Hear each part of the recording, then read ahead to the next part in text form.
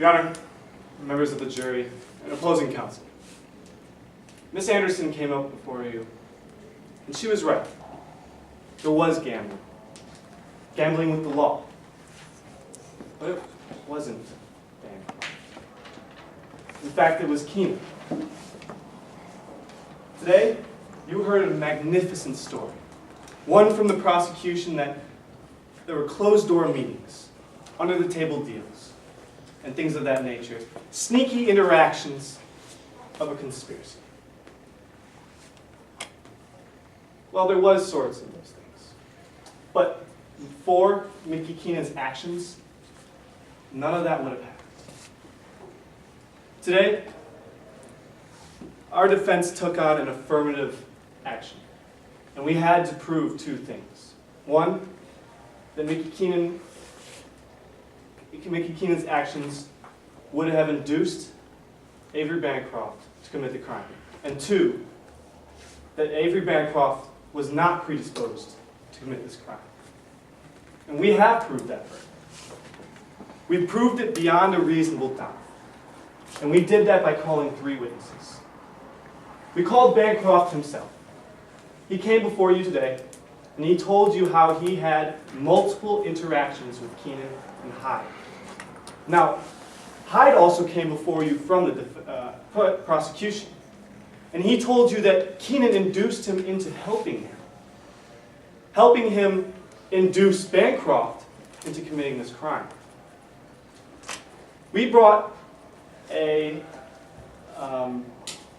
transcript before you today that has evidence, clear as day, of a suggestion to sweeten the pot. Now, members of the jury, what else does that mean besides go above and beyond to get what you want? Keenan specifically asked Hyde to ask Bancroft to do this.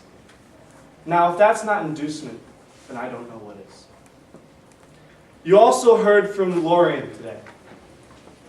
Now, Lorian came before you and talked about these guidelines. Guidelines that officers of the law need to follow. Well, she also mentioned that Mickey Keenan had no previous records of training in these guidelines. Yet he was assigned to such a high-level case with such little training.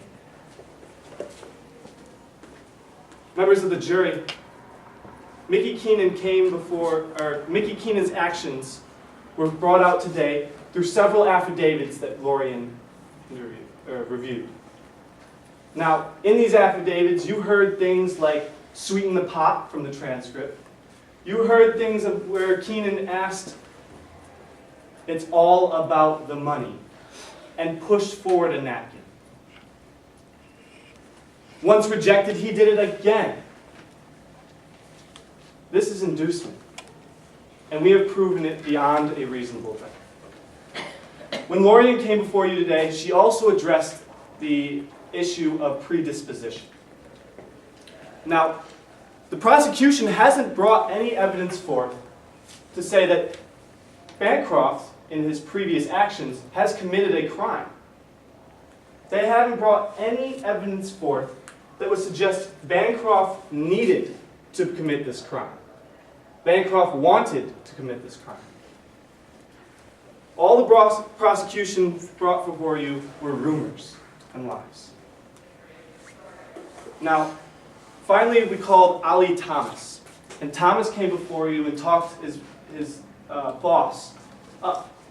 He said that he trusted his boss and that he had never seen his boss do anything of criminal nature. Members of the jury, there was gambling with the law. But it wasn't Bancroft. But for Mickey Keenan's actions, Bancroft would not have committed this crime. We have proven beyond a reasonable doubt that there was no predisposition, and that but for Mickey Keenan's actions, this crime would not have been committed. I ask that you find our affirmative action valid and find in favor of the defense. Thank you.